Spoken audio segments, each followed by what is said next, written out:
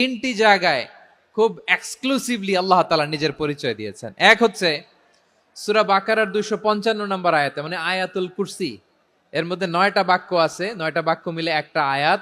এই আয়াতে আল্লাহ তাআলা খুব চমৎকার ভঙ্গিমায়, চমৎকার ভাষা শৈলী ব্যবহার করে, খুব উচ্চাঙ্গের আরবি সাহিত্য দিয়ে একটি আয়াত নাজিল করেছেন। এই আয়াতটার নাম হচ্ছে আয়াতুল কুরসি। বিশ্বনবী বলেন, মান কারাআ আয়াতাল কুরসি দুবুরা কুল্লি সালাতিন মাকতুবাতিন লাম ইয়ামনাহু মিন দুখুলিল জান্নাতি ইল্লাল মাউত। প্রত্যেক ফরজ নামাজের পরে যে আয়াতুল কুরসি পড়বে তার জান্নাতে যাওয়ার ক্ষেত্রে আর কোনো বাধা থাকে না, একটা জিনিস ছাড়া, সেটা হচ্ছে মৃত্যু, মরণ। লোকটা মরে না তাই জান্নাতে যায় না, মরলেই জান্নাতি। এই আয়াতুল কুরসির এই আয়াতে আল্লাহ তাআলা খুব স্পষ্টভাবে নিজের পরিচয় তুলে ধরেছেন। আবার সূরাতুল ইখলাসের ভেতরে আল্লাহ তাআলা খুব চমৎকার ভঙ্গিমায় তিনি নিজের পরিচয় তুলে ধরেছেন। অনুরূপভাবে সূরা হাশরের শেষ 3 আয়াতেও আল্লাহ তাআলা খুব চমৎকার ভাবে নিজের পরিচয় তুলে ধরেছেন। আওয়াজ করে পড়ুন সুবহানাল্লাহ। আমরা সূরা হাশরের শেষ 3 আয়াতের তাফসীর আজকে আমরা শুনবো। আসুন আমরা আমাদের রবকে চিনে নেই। আজকের আলোচনার টপিক হচ্ছে আসুন আমাদের রবকে চিনি। আজকের আমার ঢাকা বিভাগের প্রোগ্রাম থেকে, এই নবাবগঞ্জ বারোয়াখালীর প্রোগ্রাম থেকে আমরা আমাদের রবকে চিনে যাব। সূরা হাশরের শেষ 3 আয়াতের একটা বিশেষ ফজিলত আছে, এটা আপনারা পড়বেন। কি ফজিলত? বিষ্ণু ঈসা ইসলাম বলেন, মান ক্বালা হিনা ইউসবিহু সালাসা মাররাতিন আউযু বিল্লাহিস সামিউল আলিম মিনাশ শাইতানির রাজীম সুম্মা ক্বারাআ সালাসা আয়াতিন মিন আখিরি সূরাতিল হাশরি ওয়াক্কালাল্লাহু বিহি ৭০,০০০ মালাকিন ইউসাল্লুনা আলাইহি ওয়া ইন মাতা ফি যালিকাল ইয়াউমি মাতা শাহীদান।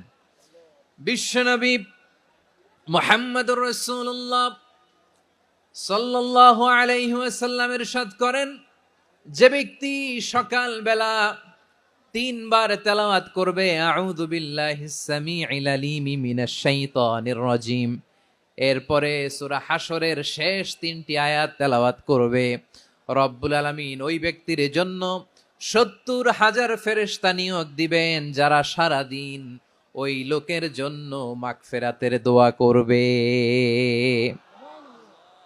শুধু এখানেই শেষ নয়, বিশ্বনবী ফরমান, ওয়া ইন মাতা ফি যালিকাল ইয়াউমি মাতা শাহীদান, ওই দিন যদি ওই ব্যক্তিটা ইন্তেকাল করে, সে শহীদ হয়ে কিয়ামতের দিন আল্লাহর সামনে দাঁড়াবে। সকালবেলা যদি পড়েন 3 বার আউযু বিল্লাহিস সামিউল আলিম মিনাশ শাইতানির রাজীম 3 বার পড়ে সূরা হাশরের শেষ 3 আয়াত যদি তেলাওয়াত করেন, তাহলে আপনার জন্য আল্লাহ তাআলা ৭০,০০০ ফেরেশতা নিয়োগ করবে। সারা দিন তারা আপনার জন্য মাগফিরাতের দোয়া করবে, আর ওই দিন ইন্তেকাল করলে আল্লাহ তাআলা শহীদ হিসেবে আপনাকে কিয়ামতের দিন দাঁড় করাবে। আবার সন্ধ্যাবেলায় যদি পড়েন, সারা রাতের জন্য ৭০,০০০ ফেরেশতা মাগফিরাতের দোয়া করবে। ওই রাতে মারা গেলে শাহাদাতের মৃত্যু নসিব হয়ে যাবে। আযকারুস সাবাহি ওয়াল মাসা, সকাল সন্ধ্যার যে জিকির, এই জিকিরের অন্তর্ভুক্ত করে নেবেন এই ওয়াজিফাটা। যে হাদিসটা বর্ণনা করলাম সুনানে তিরমিজির হাদিস, যদিও হাদিসটা সনদের দিক থেকে দাঈফ, কিন্তু মুহাদ্দিসিনে একরাম বলেছেন যেহেতু এটা ফাজাইলুল আমালের হাদিস, এটা পড়ার ক্ষেত্রে কোনো নিষেধাজ্ঞা নাই, এটা পড়া যাবে। সো সকাল সন্ধ্যা যদি সুযোগ হয় এই ওয়াজিফাটা যেন আমরা পড়ি। এই 3টি আয়াতের ভেতরে আল্লাহ তাআলা তার 14টি গুণবাচক নাম উল্লেখ করে দিয়েছেন, চমৎকার চমৎকার নাম। যে নামগুলো যদি আমরা আজকে পড়ি, শুনি, জানি, আল্লাহ তাআলা সম্পর্কে ব্যাপক ধারণা, ইন ডেপথ, আমার রব সম্পর্কে ইন ডেপথ নলেজ নিয়ে আজকে আমরা ফিরতে পারবো ইনশাআল্লাহ। বলেন সবাই। আসুন আমরা আল্লাহ তাআলার এই চমৎকার চমৎকার 14টি নামের ব্যাখ্যা বিশ্লেষণ আজকের এই তাফসীর ময়দান থেকে জানি। প্রিয় ভাইয়েরা, আল্লাহর অনেক সুন্দর সুন্দর নাম আছে, আমাদের উচিত এই নামগুলো দিয়ে আল্লাহকে ডাকা। সম্মানিত ভাইয়েরা, আল্লাহ তাআলার চমৎকার চমৎকার অনেক নাম আছে যেগুলো আল্লাহ তাআলা কোরআনে উল্লেখ করেছেন। আল্লাহর আসল নাম হচ্ছে আল্লাহ। আসল নাম কি? আল্লাহ তাআলার আসল নাম হচ্ছে আল্লাহ। আওয়াজ করে বলেন, এর চেয়ে সুন্দর নাম আর আছে? আল্লাহ নাম যতই জপি ততই মধুর লাগে, নামে এত জাদু থাকে কে জানি তো আগে, আল্লাহ নাম যতই জপি, ও নাম জপে প্রিয়তম, ও নাম জপে মজনু সম, ওই নামে পাপিয়া গাহে হৃদয় গোলাপে বাগে, আল্লাহ নাম যতই জপি। আল্লাহু আকবার। এত মধুর নাম আর দ্বিতীয়টা নাই, যতই জপি ততই ভাল লাগে, ঠিক কিনা বলেন? এজন্য রব্বুল আলামিন বলেন, ওয়ালিল্লাহিল আসমাউল হুসনা ফাদউহু বিহা ওয়া যারুল্লাযীনা ইউলহিদুনা ফি আসমাইহি সায়ুজজাউনা মা কানু ইয়ামালুন।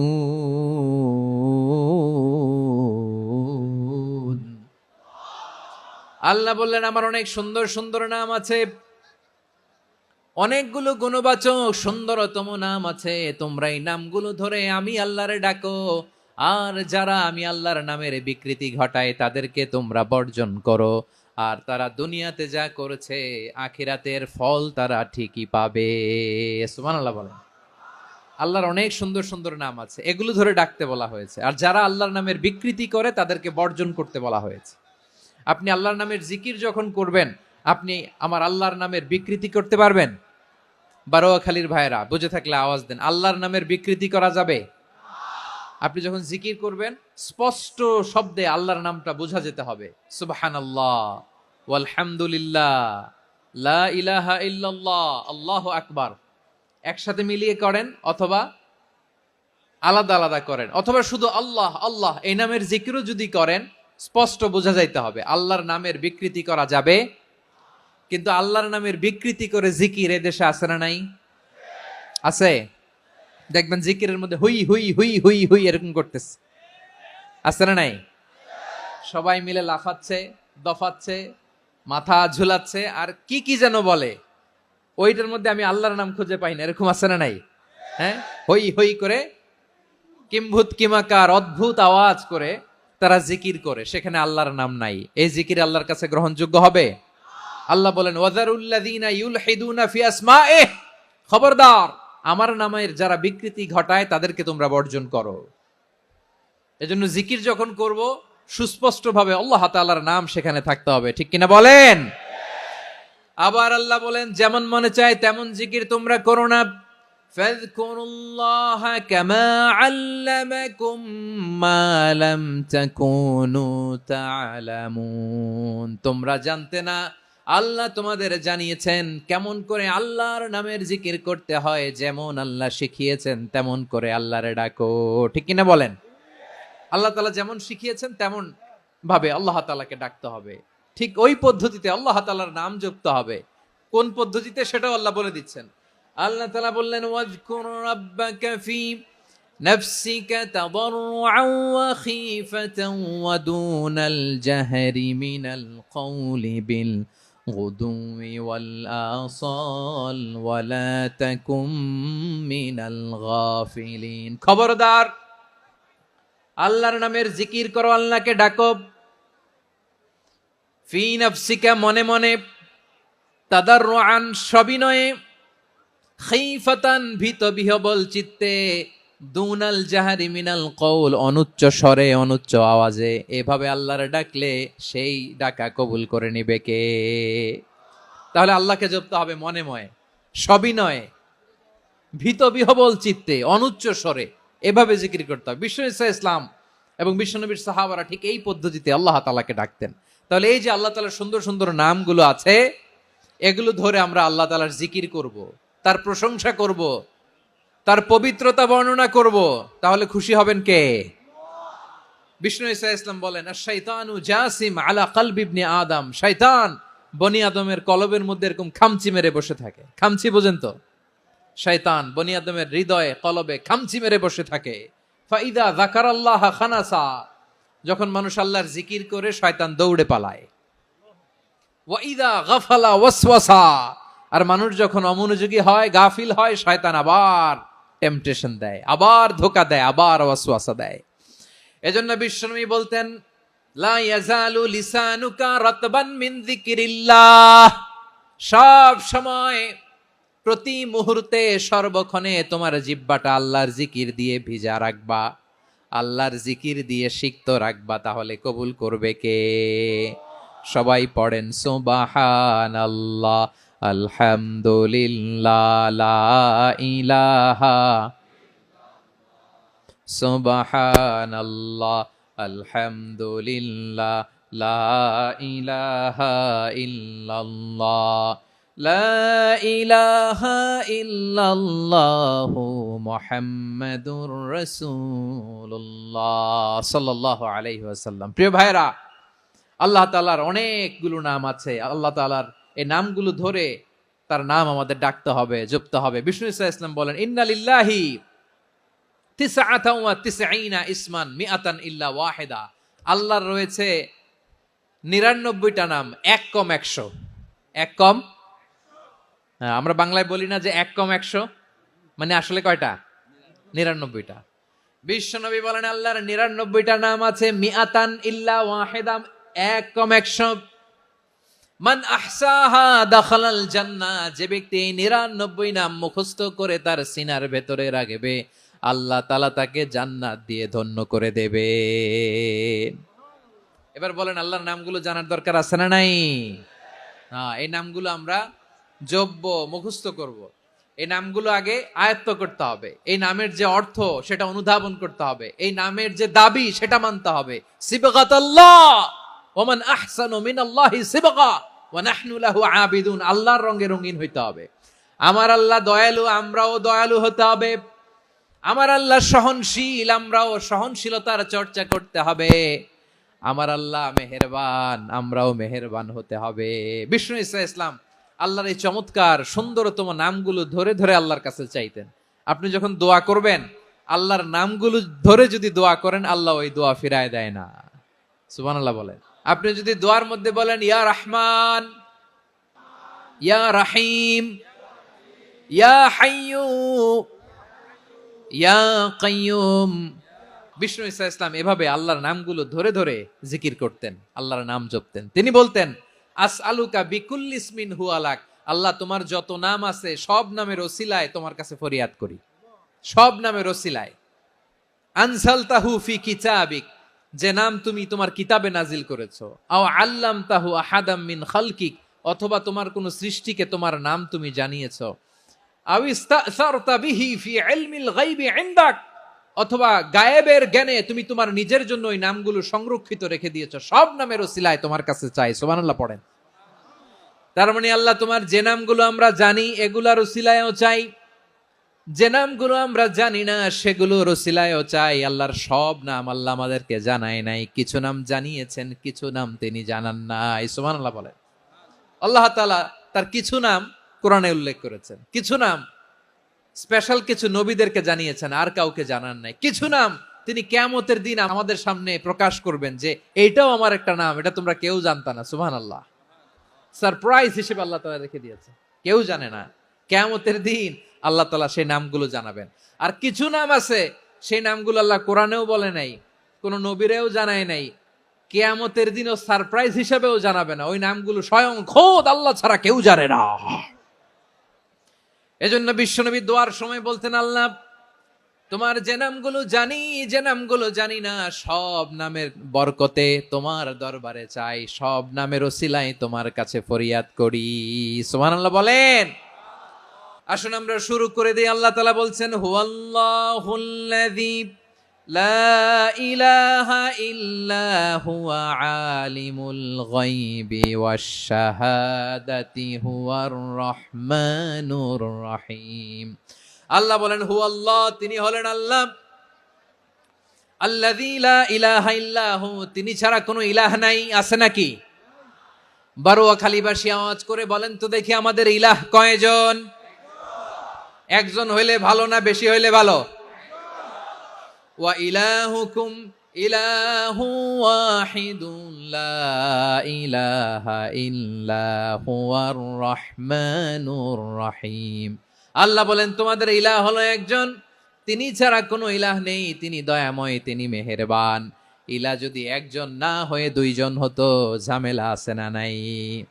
লাউ কানা ফীহিমা আলিহাতুন ইল্লাল্লাহু লাফাসাদাতা, আকাশ এবং জমিনের মধ্যে ইলাহ একজন না হয়ে যদি মাত্র দুইজন হতো, আকাশ জমিন ভেঙে খান খান হয়ে যেত। আমাদের রব একজন হইলে ভালো না বেশি হইলে ভালো? কথা বুঝতেছেন? আরে একজনের তো মন জোগায় চলতে পারি না, ঠিক কিনা? হ্যাঁ, একজন, তিনি যে আদেশগুলো দিয়েছেন আমাদের দুর্বলতার কারণে আমরা তো পারি না। যদি 10 জন হইতো, ওই 10 জনরে হ্যাপি করতে পারতাম, তাদেরকে স্যাটিসফাই করা যেত এত সহজে? 10 জনের 10 নিয়ম থাকতো। একজন বলতো আমার সেজদা দিবি সকালে, আরেকজন বলবে আমার জন্য নামাজ পড়বি 3 বার, আরেকজন বলবে আমার জন্য যাকাত দিবি এতবার, আরেকজন বলতো আমার জন্য কুরবানি দিবা এতবার। তাহলে আমাদের জন্য কঠিন হয়ে যেত, ঠিক কিনা?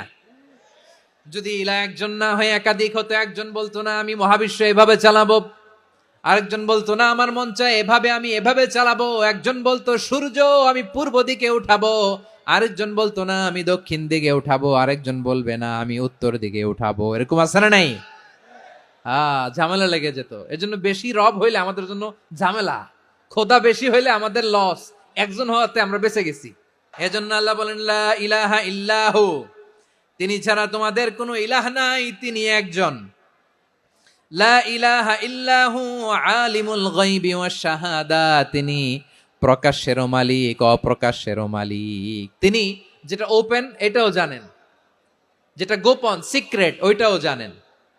আলিমুল গায়বি ওয়াশ শাহাদা, তিনি গায়েবের মালিক, গায়েবের জ্ঞানী, যেটা দেখা যায় না, অদৃশ্য, জানা নাই, এটাও তিনি জানেন। এগুলো জানতে তার কোনো মাধ্যমের প্রয়োজন হয় না। অতীতে কি হয়েছে, বর্তমানে কি চলছে, ভবিষ্যতে কি হবে, সব তার জ্ঞানের ভেতরে আছে না নাই? এজন্য আল্লাহ বললেন আলিমুল গায়বি ওয়াশ শাহাদা, তিনি গায়েবের জ্ঞান রাখেন, তিনি দৃশ্য জগতের জ্ঞান রাখেন, তিনি প্রকাশ্য জগতের জ্ঞান রাখেন, তিনি গোপন জগতের জ্ঞান রাখেন। তার কাছে কোনো কিছু গোপন নাই, ঠিক কিনা বলেন? হুয়ার রহমানুর রহিম, তিনি হলেন দয়াময়, তিনি হলেন মেহেরবান।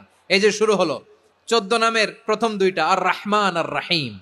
হুয়ার রহমানুর রহিম, তিনি হলেন the most gracious, the most merciful, তিনি দয়াময়, তিনি অতিশয় মেহেরবান। সুবহানাল্লাহ বলেন।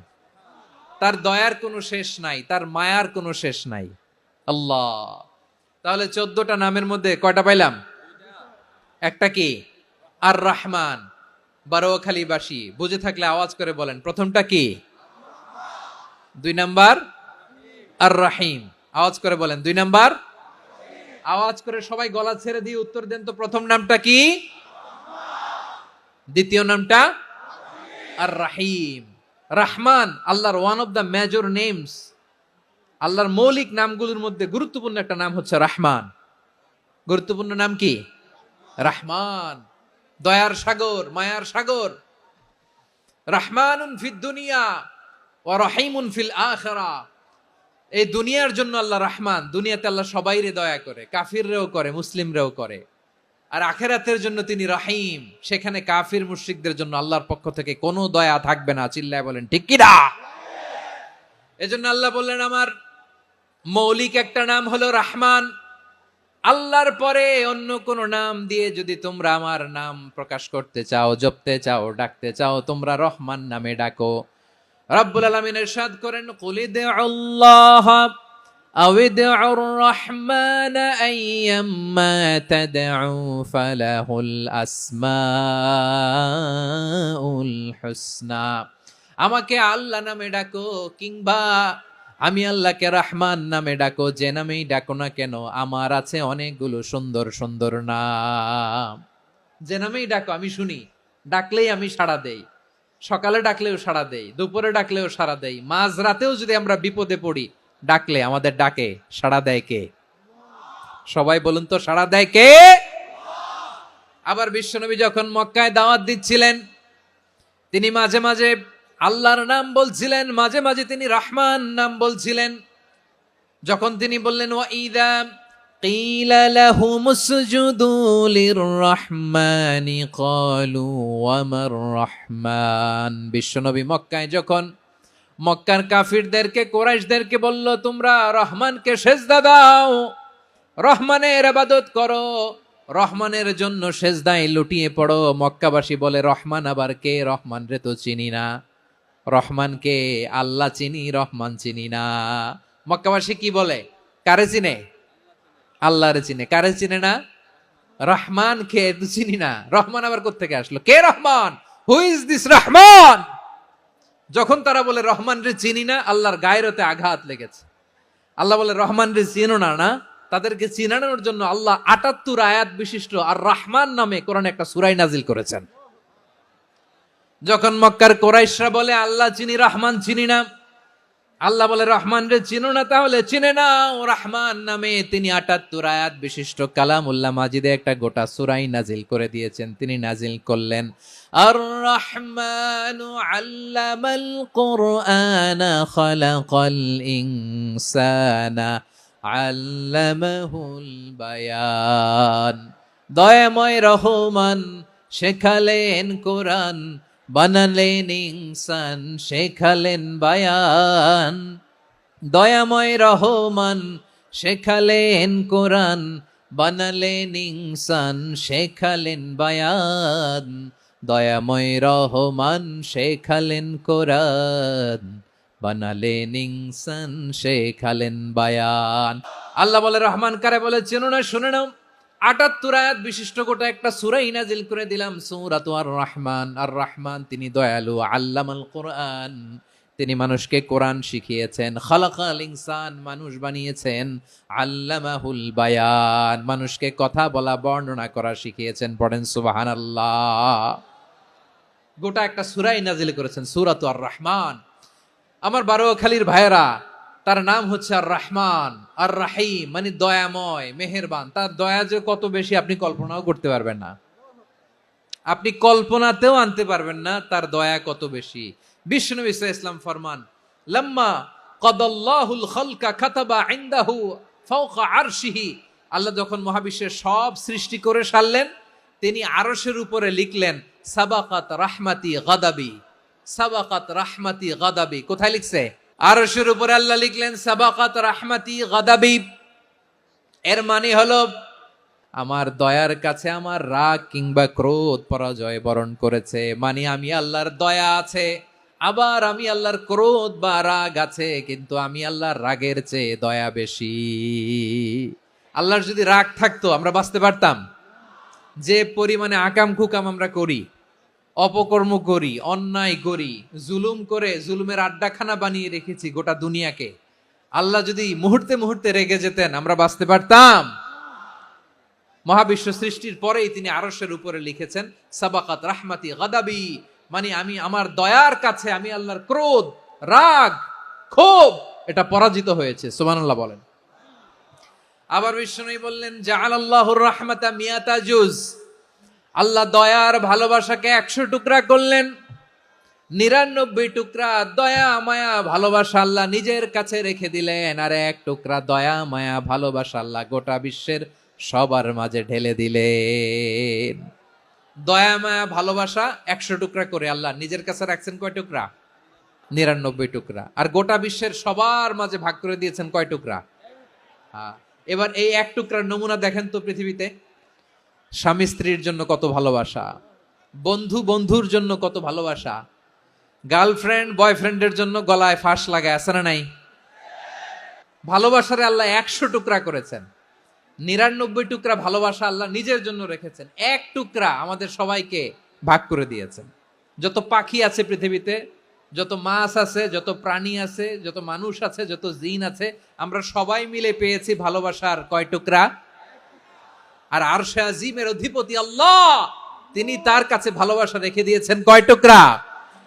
আল্লাহ তুমি দয়ার সাগর রহমানুর রহিম, তোমার দয়ায় পূর্ণ আমার সারা নিশিদিন। সবাই পড়েন, আল্লাহ তুমি দয়ার সাগর রহমানুর রহিম, তোমার দয়ায় পূর্ণ আমার সারা নিশিদিন। আল্লাহ বলেন, রাহমাতি ওয়াসিআত কুল্লা শাই, গোটা বিশ্বের সব জায়গায় আমি আল্লাহর রহমত বিস্তৃত, এমন কোন জায়গা নাই যেখানে আমি আল্লাহর রহমত নাই, ঠিক কিনা বলেন? এমন কোন জায়গা নাই আমি আল্লাহর রহমত নাই। আমি আল্লাহর রহমত ছাড়া গাছের একটা পাতা নড়ে না, আমি আল্লাহর দয়ার রহমত ছাড়া গাছের একটা পাতা পড়ে না, আমি আল্লাহর দয়ার রহমত ছাড়া আকাশ থেকে এক ফোঁটা বৃষ্টি ঝরে না। তিনি হলেন রহমান, তিনি হলেন রাহিম। আল্লাহরে চিনতেছেন? আলোচনার বিষয় কি? আসুন আমাদের রবকে চিনি। তিনি হলেন আর রহমান, তিনি হলেন আর রাহিম। তার দয়ার কোনো শেষ নাই, তার মায়ার কোনো শেষ নাই। বনি ইসরাইলের এক লোক 500 বছর আল্লাহর ইবাদত করেছে। কয় বছর? কোথায় জানেন? সাগরের মাঝখানে এক পাহাড়, ওই পাহাড়ের উপরে বসে 500 বছর টানা আল্লাহর ইবাদত। দিনে আর রাতে একবার করে নিচে নামতেন।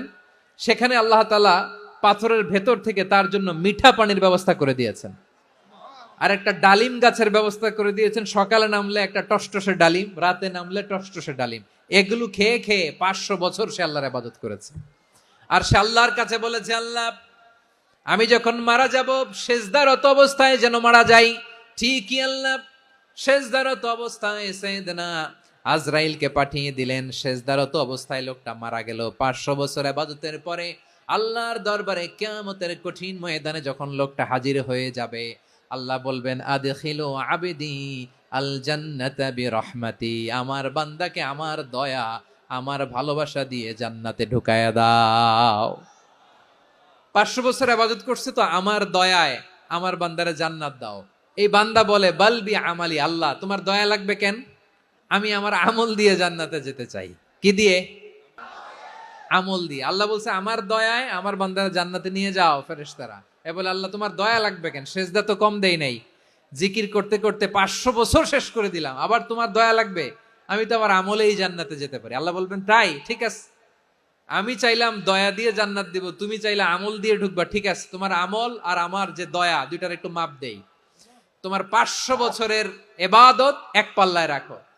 আর আল্লাহ বললেন আমি যে দয়া করে এই দুনিয়ার নাজ নেয়ামত বিউটি সৌন্দর্য দেখার জন্য তোমারে দুটা চোখ দিয়েছিলাম, দুটা নয় একটা চোখ আরেক পাল্লায় রাখো। রাখা হবে, দেখা যাবে ওই 500 বছরের ইবাদত হালকা হয়েছে, আর মুহূর্তের মধ্যে আল্লাহর দেয়া একটা চোখের নেয়ামত ভারী হয়ে গিয়েছে। আল্লাহ বলবেন তোমার কথা মতো মাপ দেয়া হলো, এবার ফলাফল দেখো, হিসাব বলে তুমি এখন জাহান্নামে যাবা। Go to the hell fire, যাও এবার জাহান্নামে যাও। মাপ জোখে যখন আসছো আমার সাথে হিসাব ক্যালকুলেশন, যাও তুমি এবার জাহান্নামে যাবা। এবার লোকটা কাচুমাচু করে বলে আল্লাহ আমি বুঝি নাই, আল্লাহ আমি বুঝতে পারি নাই, খেয়াল করি নাই, তুমি আমারে ক্ষমা করো, তুমি আমারে মাফ করো। ও আল্লাহ এবার আমি টের পেয়েছি, এবার আমি বুঝতে পেরেছি তোমার দয়া ছাড়া দুনিয়ায় কেউ জান্নাতে যেতে পারবে না, কেউ পারবে না। আল্লাহ বললেন ওরে গোলাম তুই তো কিছুই ছিলি না, অস্তিত্বহীনতা থেকে তোরে অস্তিত্বে আনলো কে? ওই ছোট্ট শুক্রাণু থেকে মায়ের পেটে 9 মাস ধরে খাবার দিয়েছে কে? আবার সুস্থতার সাথে দুনিয়ার বুকে তোরে ডেলিভারির ব্যবস্থা করে দিল কে? আবার তোর মায়ের বুকের ভেতরে 2টা খাবারের লাইনের ব্যবস্থা করে দিল কে? আবার তোকে শৈশব পেরিয়ে কৈশোর পেরিয়ে তারুণ্য, তারপরে যৌবন, এগুলো দান করলো কে? তার চেয়েও বড় কথা, পাহাড়ের মাঝখানে সাগরের মাঝখানে 500 বছর ইবাদত করার শক্তি তোর গায়ে দিয়েছে কে? এই সাগরের মধ্যে লোনা পানি, লবণের পানি মুখে দেয়া যায় না, সেখান থেকে আমি পাহাড়ের ভেতর থেকে মিঠা পানির ব্যবস্থা করে দিলাম। ওই জায়গায় তোরে রিজিকের বন্দোবস্ত করলো কে? সকাল বিকাল 2 বেলা টসটসে ডালিম খাওয়ার ব্যবস্থা করে দিল কে? তোর আবদার ছিল আল্লাহ আপনি আমারে সেজদারত অবস্থায় রুহু কবজ করবেন, তোর শেষ আবদারটাও পূরণ করেছে কে? ও গোলাম আমার রহমতের তুলনায়, আমার নেয়ামতের তুলনায় তোর 500 বছরের ইবাদতের কোনো ওজনই হবে না। গোটা বিশ্বের কেউ কোনোদিন আমার জান্নাতে ঢুকতে পারবে না আমি আল্লাহর দয়া ছাড়া। হুয়ার রহমানুর রহিম, তিনি দয়াময়, তিনি মেহেরবান। জিব্রাইল আলাইহিস সালাম বিশ্বনবীর এই লম্বা হাদিসটা যখন শোনালেন, আমি যা যা বলছি এটা বিশাল এক হাদিসের অনুবাদ, বললেন ইয়া মুহাম্মদ এই দুনিয়ার সবটাই চলে আল্লাহর রহমত দিয়ে। তখন বিশ্বনবী সাহাবাদের বললেন ও সাহাবারা শোনো, আল্লাহর জান্নাতে কেউ কোনোদিন প্রবেশ করতে পারবে না তার রহমত ছাড়া।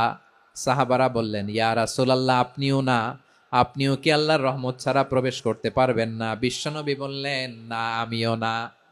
আমি বিশ্বনবীও আল্লাহর জান্নাতে আল্লাহর রহমত ছাড়া ঢুকতে পারবে না, তবে কিয়ামতের দিন আল্লাহর রহমত আমার চারদিকে বেষ্টনী দিয়ে থাকবে। আল্লাহ নিজের পরিচয় দিয়ে বললেন, আলিমুল গায়বি ওয়াশ শাহাদাতি হুয়ার রহমানুর রহিম। আমি হলাম রহমান, আমি রাহিম। আল্লাহরে চিনছেন? তিনি দয়ার সাগর, তিনি মায়ার সাগর। তার দয়ার সাগর যে কত বড় আপনার কল্পনাতেও নাই।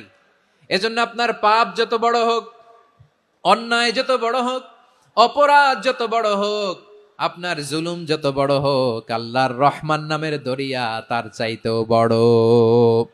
আল্লাহ বললেন, খুলিয়া ইবাদিয়াল্লাযীনা আসরাফু আলা আনফুসিহিম লা তাকনাতু মির রাহমাতিল্লাহ ইন্নাল্লাহা ইয়াগফিরুয যুনুবা জামিআ ইন্নাহু হুয়াল গফুরুর রহিম।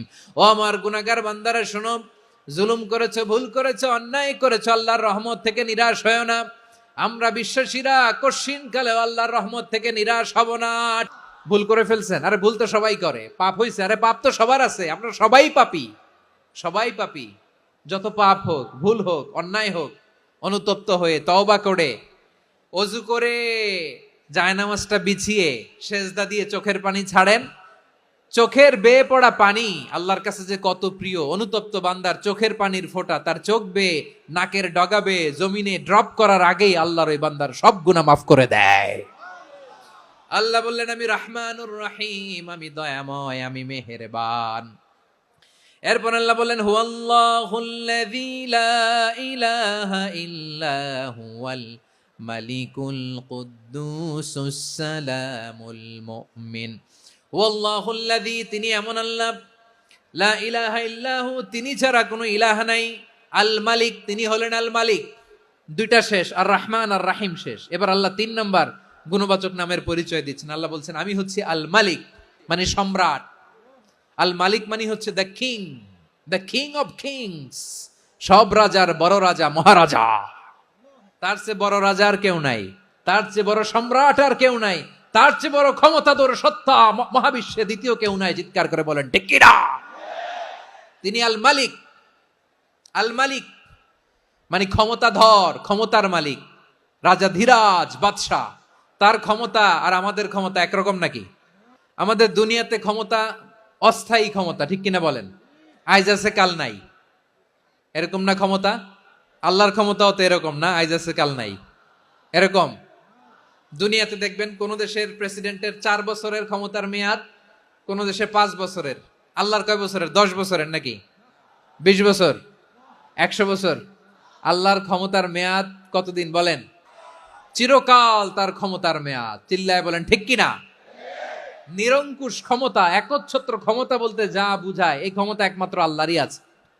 আমাদের ক্ষমতার জন্য আমরা ডিপেন্ড করতে হয়, ওর ডিপেন্ড লাগে, ওই জনমত নেওয়া লাগে, ওই জনগণের কাছে যাওয়া লাগে, ভোট চাওয়া লাগে, এরা ভোট দিলে এরপরে আমরা আসবো, ঠিক কিনা?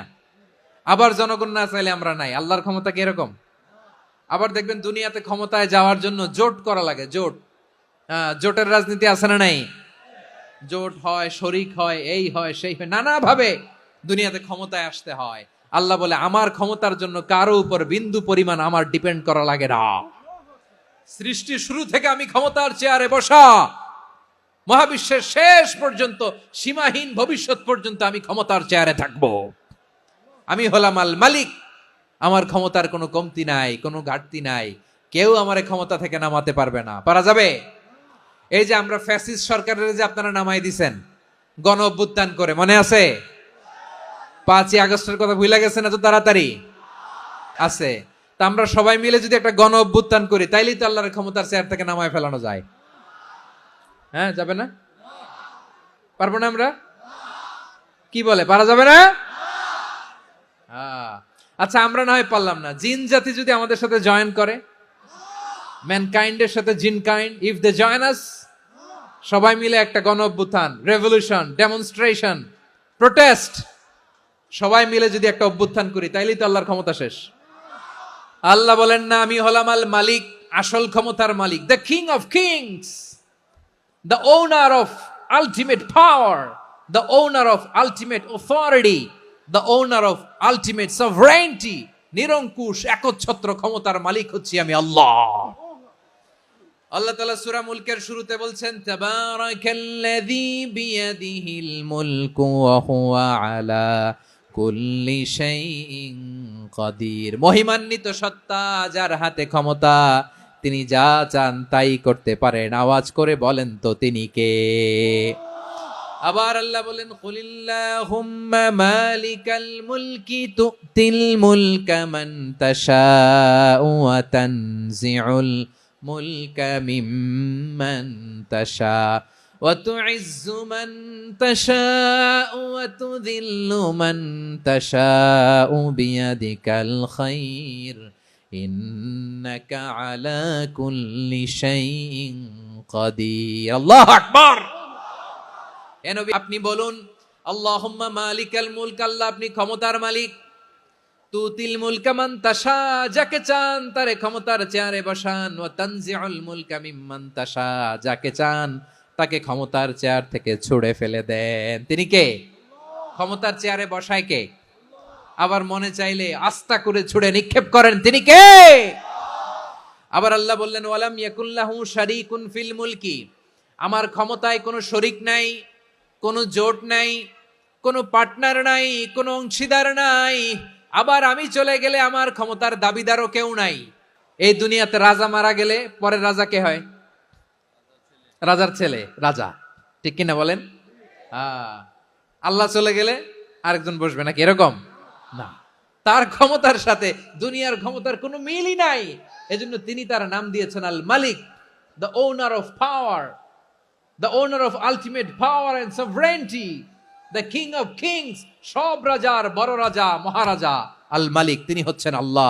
তিনি আসল ক্ষমতার অধিকারী। দুনিয়াতে যে আমরা ক্ষমতা নিয়ে কামড়াকামড়ি করি, মারামারি করি, কিয়ামতের দিন আল্লাহ জিজ্ঞেস করবেন কই তোদের ক্ষমতা আজকে বল। কিয়ামতের সময় সব মানুষগুলো যখন ইন্তেকাল করবে, সব জিনেরা যখন ইন্তেকাল করবে, সব ফেরেশতারা যখন ইন্তেকাল করবে, বাকি থাকবে মালাকুল মাউত। মালাকুল মাউত এসে বলবে আল্লাহ আপনার কথা মতো সবাই শেষ, মানুষগুলো নাই, জিনগুলো নাই, আমার সতীর্থ ফেরেশতাগুলো নাই, মহাবিশ্বে আর কেউ নাই। আল্লাহ বলে এখন কে আছে? মালাকুল মাউত বলবে আল্লাহ তুমি আছো আর আমি। তুমি তো আল হাইয়্যু আল কাইয়্যুম, অবিনশ্বর, শাশ্বত, চিরঞ্জীব, কোনোদিন মরবা না, তুমি আছো আর তোমার গোলাম আমি আছি আজরাইল। মহাবিশ্বে কয়জন আছে? মাত্র এক হচ্ছেন, আর হচ্ছে মালাকুল মাউত। আল্লাহ তুমি আছো আমি আছি। আল্লাহ বলবে ঠিক আছে এবার তোমার মরণের পালা, মুত ইয়া মালাকাল মাউত, হে মৃত্যুর ফেরেশতা তুমি মরো। মালাকুল মাউত আল্লাহর আদেশ বাস্তবায়ন করতে যে বিকট একটা চিৎকার দিয়ে মৃত্যুবরণ করবে। ওই চিৎকার দুনিয়ার মানুষেরা, চিৎকারের আওয়াজ যদি দুনিয়ার মানুষেরা শুনতে পেত, দুনিয়ার মানুষের প্রত্যেকের কানের পর্দা ফেটে মুহূর্তের মধ্যে সব লাশ হয়ে জমিনে পড়ে রইত। ভয়ঙ্কর চিৎকার দিয়ে মালাকুল মাউত বিদায় নিবে, কেউ নাই। এবার বলেন তো মহাবিশ্বে মহাশূন্য, কেউ নাই, উপরে নিচে সামনে পেছনে ডানে বায়ে কোন সত্তা, কোন জীবিত সত্তা আর আছে? একজন ছাড়া, তিনি কে? কুল্লু মান আলাইহা ফানি ওয়া ইয়াবকা ওয়াজহু রাব্বিকা যুল জালালি ওয়াল ইকরাম। পড়েন ফাবিআইয়ি আলাই রাব্বিকুমা তুকাজ্জিবান। কেউ থাকবে না একজন ছাড়া, মহাবিশ্বে কেউ নাই, একজন সত্তা ছাড়া। আওয়াজ করে বলেন তিনি কে? এবার আল্লাহ ডেকে বলবেন লিমানিল মুলকুল ইয়াউম, লিমানিল মুলকুল ইয়াউম, ক্ষমতা কার? Who belongs the kingdom today, who belongs the power authority today, who belongs the sovereignty today. আজকে ক্ষমতা কার? দুনিয়াতে ক্ষমতা নিয়ে এত কামড়াকামড়ি, দুনিয়াতে চেয়ার নিয়ে এত মারামারি, এত অত্যাচার, এত রক্তপাত, এত ব্লাডশেড, আজকে বলো তো ক্ষমতা কার? কার ক্ষমতা? মহাশূন্যে কোনো আওয়াজ নাই, শুধু আমার রবই বলবেন লিমানিল মুলকুল ইয়াউম, আজকে ক্ষমতা কার? কোনো আওয়াজ নাই, উত্তর দেওয়ার মতো জীবিত কোনো সত্তা নাই, ফলে কেউ উত্তর দিতে পারবে না। আল্লাহ নিজেই প্রশ্নের উত্তর দিয়ে বলবেন লিল্লাহিল ওয়াহিদিল কাহ্হার, একচ্ছত্র অধিপতি, ক্ষমতার মালিক আল্লাহ ছাড়া কারোর জন্য কোনো ক্ষমতা নাই, চিল্লায় বলেন ঠিক কি না? তাহলে আর রহমান আর রাহিমের পরে আমরা জানলাম আমার আল্লাহর আরেকটা সুন্দর গুণবাচক নাম হচ্ছে আল মালিক, মানে দ্য কিং, রাজাধিরাজ, সব রাজার বড় রাজা, মহারাজা। এরপরে 4 নম্বরে আল্লাহ বললেন আল কুদ্দুস, তিনি হলেন আল কুদ্দুস। আল কুদ্দুস মানে হচ্ছে অতি পবিত্র, মহাপবিত্র, the most holy, the absolutely pure, যার কোনো খুঁত নাই। আল্লাহর কোনো খুঁত আছে? তিনি মহাপবিত্র। আল্লাহর পবিত্রতা যখন আমরা বর্ণনা করি আল্লাহ খুশি হয়ে যান, কারণ তার সত্তার একটা বৈশিষ্ট্য হচ্ছে তিনি আল কুদ্দুস।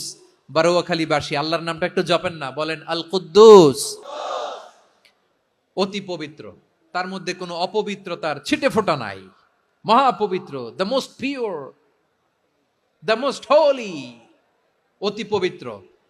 ফেরেশতারা বলেছিল আল্লাহ আপনি মানুষ কেন বানাবেন? নাহনু নুসাব্বিহু বিহামদিকা ওয়া নুকদ্দিসু লাক, এই যে নুকদ্দিসু কুদ্দুস পাইছেন?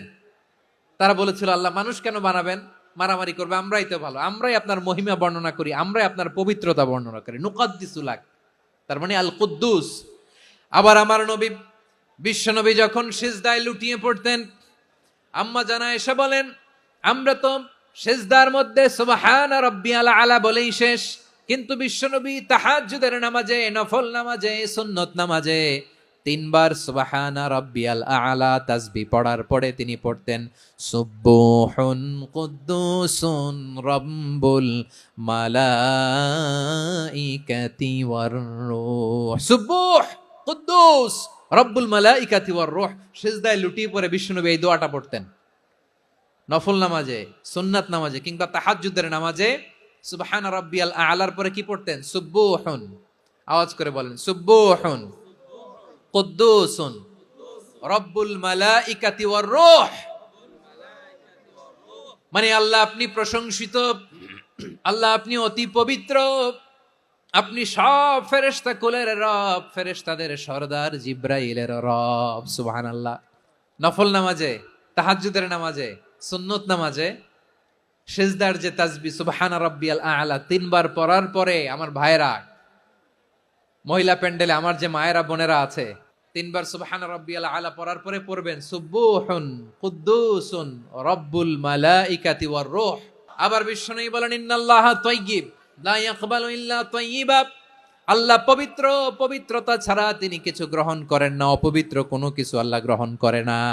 অনেকে আছে ঘুষ খায়, সুদ খায়, অন্যায় অপরাধ চাঁদাবাজি যা আছে সব করে, হারাম টাকা, হারাম উপার্জন, এই হারাম উপার্জন দিয়ে আবার মসজিদ বানায়, আছে না নাই? ইনকাম সবটাই হারাম, ওইটা দিয়ে আবার এতিমখানা বানায়, আছে না নাই? ওইটা আল্লাহ কবুল করবে না, কারণ আল্লাহ নিজে পবিত্র, পবিত্র না হলে কিছুই অ্যাকসেপ্ট করেন না। সুবহানাল্লাহ পড়েন। তাহলে বুঝলাম তিনি আল কুদ্দুস মানে অতি পবিত্র।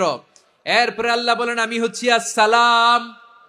আসসালাম মানে হচ্ছে শান্তির আধার। সালাম মানে কি? শান্তির আধার, যার কাছ থেকে শান্তি আসে, দ্য সোর্স অফ পিস, তিনি শান্তির আধার। এজন্য আমরা একে অপরের সাথে দেখা হলে কি বলি?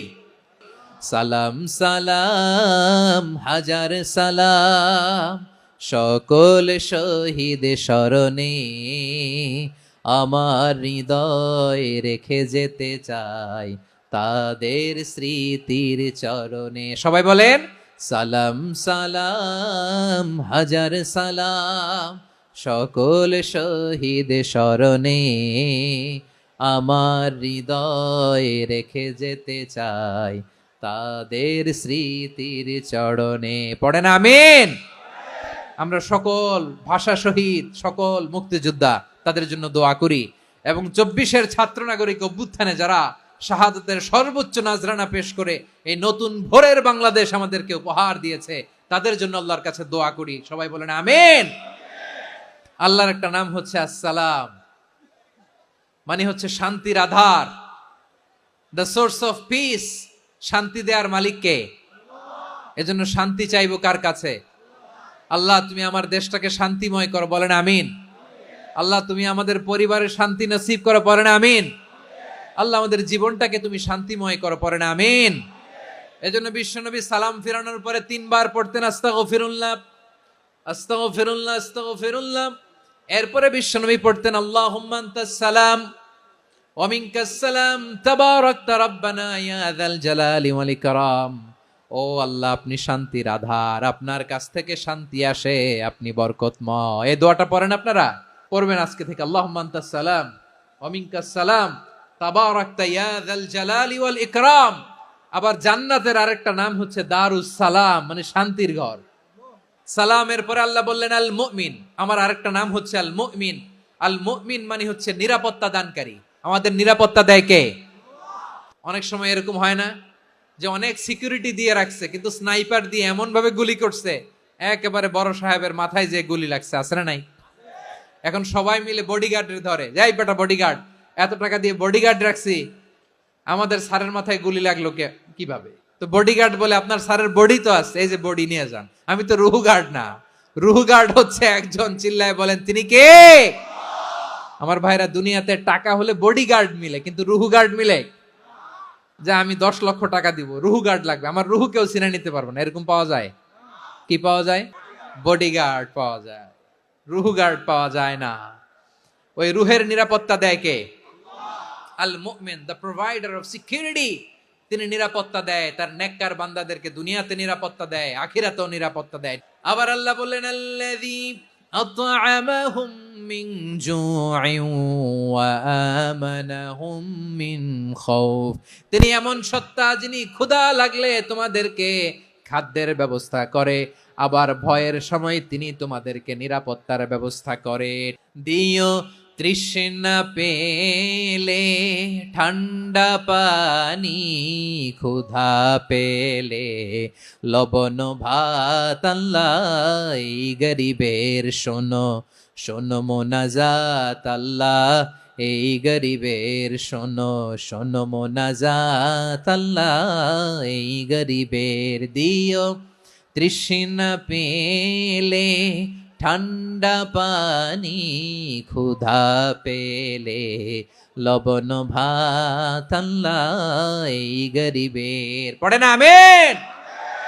আমরা যখন বিপদে পড়ি নিরাপত্তা দেয় কে? সাগরের তুফানের ভেতরে পড়ে যখন আল্লাহর কাছে ফরিয়াদ করি, আমাদেরকে বাঁচায় কে? বিমানের ভেতরে যখন বিপদে পড়ি, যখন আল্লাহর কাছে সাহায্য চাই, বাঁচায় কে? কঠিন বিপদের মুহূর্তে আমাদেরকে সিকিউরিটি দেয় কে? সে আল্লাহ বললেন আমার আরেকটা নাম হচ্ছে আল মুমিন, আমি নিরাপত্তা দেই। এরপরে আল্লাহ বললেন আমার আরেক নাম হলো আল মুহাইমিন। আল মুহাইমিন মানে হচ্ছে দ্য ওভারসিয়ার, দ্য অবজারভার, পর্যবেক্ষক, যিনি মনিটরিং করেন আমাদের সব অ্যাক্টিভিটি, তিনি মনিটরিং করেন। কোনোভাবে তার চোখকে ফাঁকি দেয়া যায় না। আল্লাহর চোখ ফাঁকি দেয়া যায়? আচ্ছা আওয়াজ করে বলেন তো, পুলিশ ভাইদের চোখ, পুলিশের চোখ মাঝে মাঝে ফাঁকি দেয়া যায় কি যায় না? সেনাবাহিনীর চোখ, র্যাবের চোখ, ইনকাম ট্যাক্স অফিসারের চোখ, দুর্নীতি দমন কমিশনারের চোখ, কিন্তু আল্লাহর চোখ? আল্লাহর চোখকে কশ্চিন কালেও কখনো ফাঁকি দেয়া যাবে? যেখানেই যান, ঘরের ভেতরে ঢুকে জানলা লাগিয়ে দরজাটা লক করে যদি অন্যায় করেন, পাপ করেন, দুনিয়ার কোন চোখ দেখে নাই, দেখেছে কে? পর্দার আড়ালে যে যদি পাপ করেন, দেখে নাই, দেখেছে কে? গহীন সাগর তলে ঢুকেও যদি অন্যায় করেন, কেউ দেখে না, সেটা দেখেন কে? আপনি কি ভাবছেন আটলান্টিক মহাসাগরের ভিতরে চলে গেলে তার আল্লাহ দেখবে না? আপনারা ওশেন গেট কোম্পানি নাম শুনছেন? ওশেন গেট, তারা এই যে টিটান সাবমার্সিবল একটা সাবমেরিনের মতো বানাইছিল, যেটা টাইটানিক জাহাজের ভগ্নাংশ দেখার জন্য অনেক লোক যে মারা গেছিল না, ওটা সাগরের একেবারে গহীনে চলে যায়। এই টিটান সাবমার্সিবল দিয়ে সাগরের একেবারে গহীনে চলে যাওয়া যায়। তো ওইটার ভিতরে ঢুকে যদি আপনি আটলান্টিকের তলায় চলে যান, তাইলেই তো আল্লাহরে ফাঁকি দিতে পারবেন, আর তো আল্লাহ দেখতে পারবে না। পারবে না? সাগরের অতল গহ্বরে চলে গেলেও, পাহাড়ের সুরঙ্গের ভেতরে ঢুকে গেলেও, মহাকাশ স্টেশন পাড়ি দিয়ে মঙ্গলে পাড়ি জমালেও আমার আল্লাহর চোখ কঠিন কালেও ফাঁকি দেয়া যাবে? এজন্য সে আল্লাহ বললেন লা তুদরিকুহুল আবসার ওয়া হুয়া ইউদরিকুল আবসার ওয়া হুয়াল লাতীফুল খাবীর। আমার আল্লাহ দৃষ্টির আয়ত্তে নন, কিন্তু দুনিয়ার সব দৃষ্টি আমার আল্লাহর আয়ত্তে। সূক্ষ্মদর্শী, সূক্ষ্ম থেকে সূক্ষ্ম পাপ কাজ যেভাবে যেমনটি করেন সব দেখেন। মুখে না বললে অন্তরেও চিন্তা করলেও অন্তরে চিন্তার উদ্রেক ঘটেছে, ওইটা তো কেউ জানে না, কিন্তু জানেন কে? এভাবে যিনি সূক্ষ্মভাবে মনিটর করেন, ওভারসি করেন, অবজারভেশন করেন, তার নাম হচ্ছে আল মুহাইমিন, পর্যবেক্ষক। আসুন আমাদের রবকে চিনি। কার সামনে কপাল ঘষে সেজদা দেন তারে চিনে নেন। কার সামনে ফরিয়াদের 2 হাত উঠে কাঁদেন, 2 হাত তুলে রোনাজারি করেন, তাকে জেনে নেন। তিনি হচ্ছেন আল মুহাইমিন, দ্য অবজারভার।